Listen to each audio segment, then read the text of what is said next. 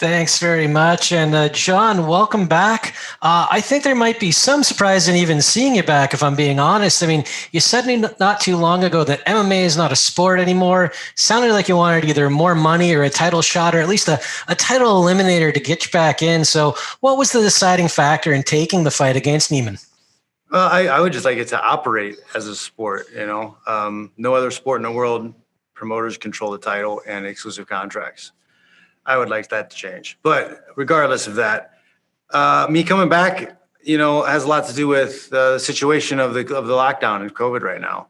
I'm in a position where I'm healthy and I enjoy challenges. The name Neiman Gracie came up. The idea of fighting a Gracie was a big challenge. Neiman's a super tough guy. It's going to be a great fight.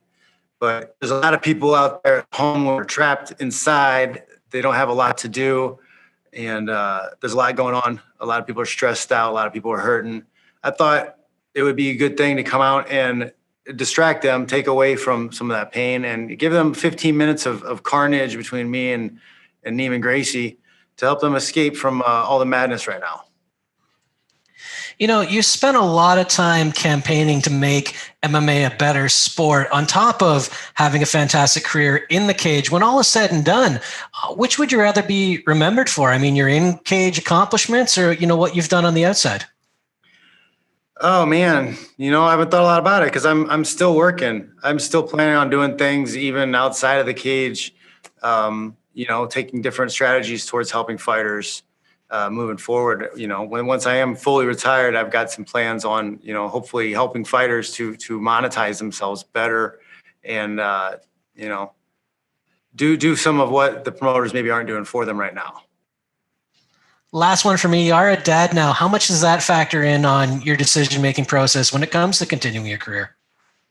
The extra money from another fight is nice.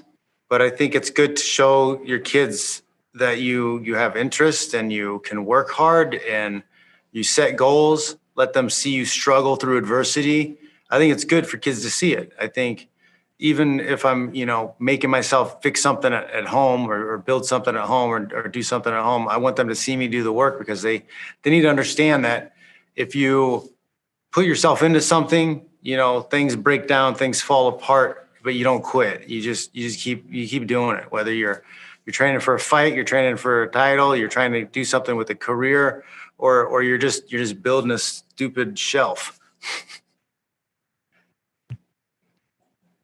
Steve? All right, Jon, thank you for the time as always. And, it's been a very volatile year in the markets with all the pandemic lockdowns and the reactions that investors have had. So how's your own portfolio doing with cryptocurrency, Bitcoin, and the like? Yeah, Bitcoin, staying at 10,000 or above is a good thing. That gives a little extra security. I'm one of the guys who hold. I bought in a long time ago, and I'm sitting on some stuff. It's emergency funds if I need it. And the stocks and other stuff that I've had, it's actually the stock market's doing pretty good, surprisingly, through all this. They keep printing more money, so I don't know how long that's going to last. But it seems like the stock market's going to continue to do well because people that have money keep putting more money into it. So for right now, I'm just going to kind of take advantage of what's going on there and keep profiting.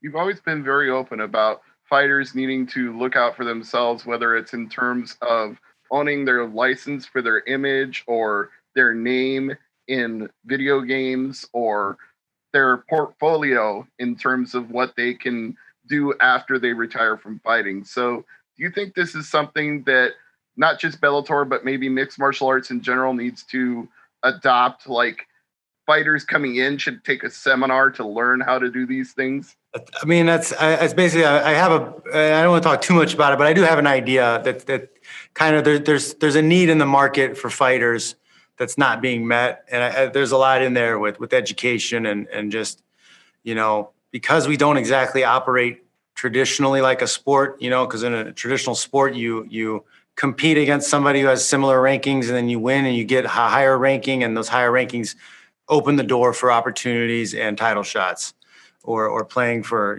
divisional championships or whatever. And we don't really have that because there's a more lean on notoriety and popularity, which is a little bit more closer to the pro wrestling model.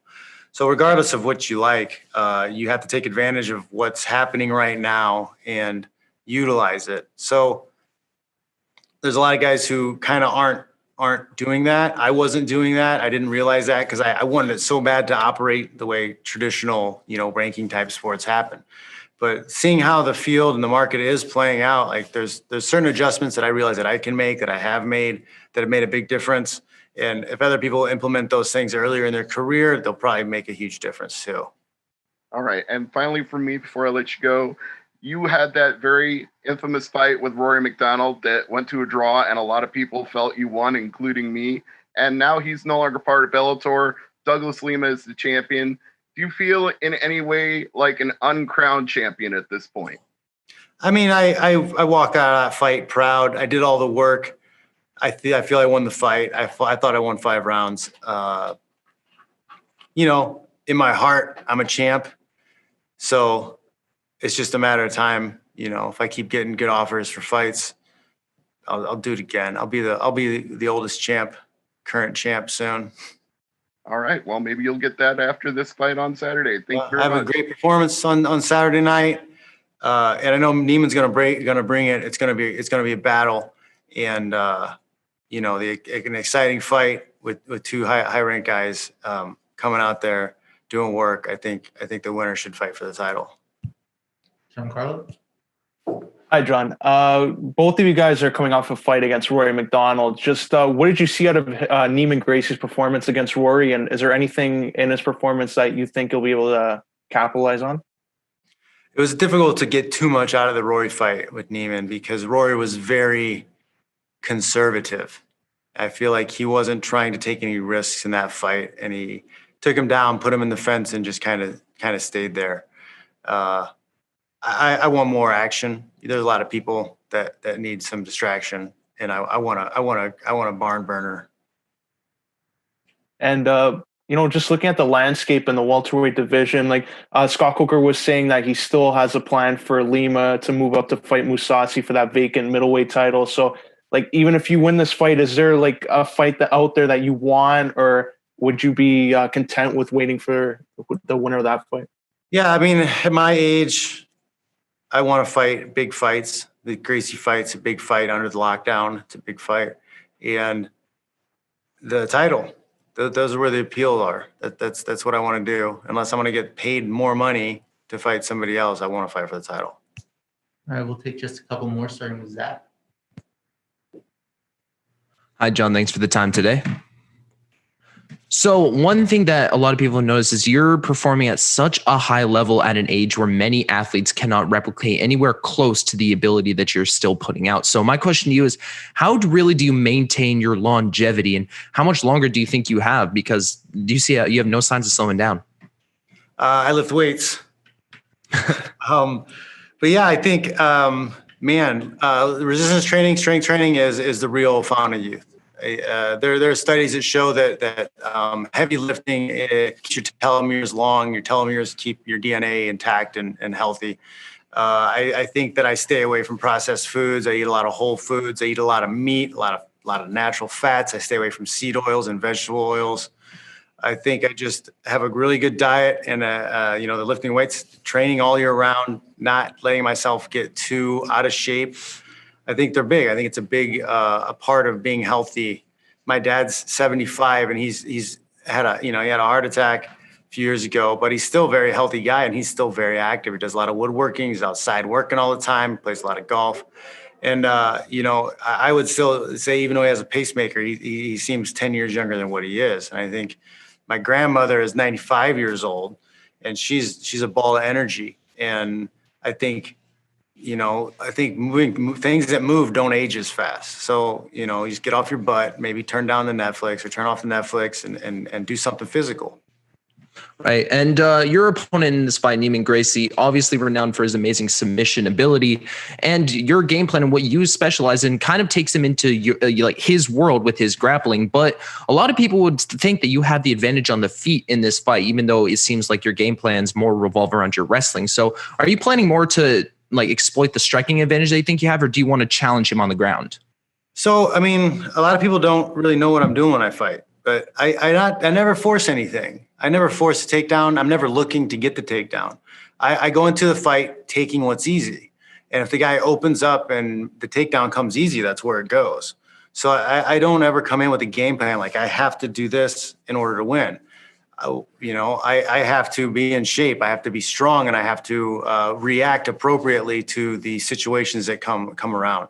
The Fitch Smash system that I've come up with answers all those questions. And as long as I'm in shape and my mind is working right, like I'm going to make the right choices and win all the scrambles in every position. So if that means like he gives me an easy takedown and I get it and I go to work there, I'll do that. If he makes it easy for me to jab and stay at distance, then I'll do that too.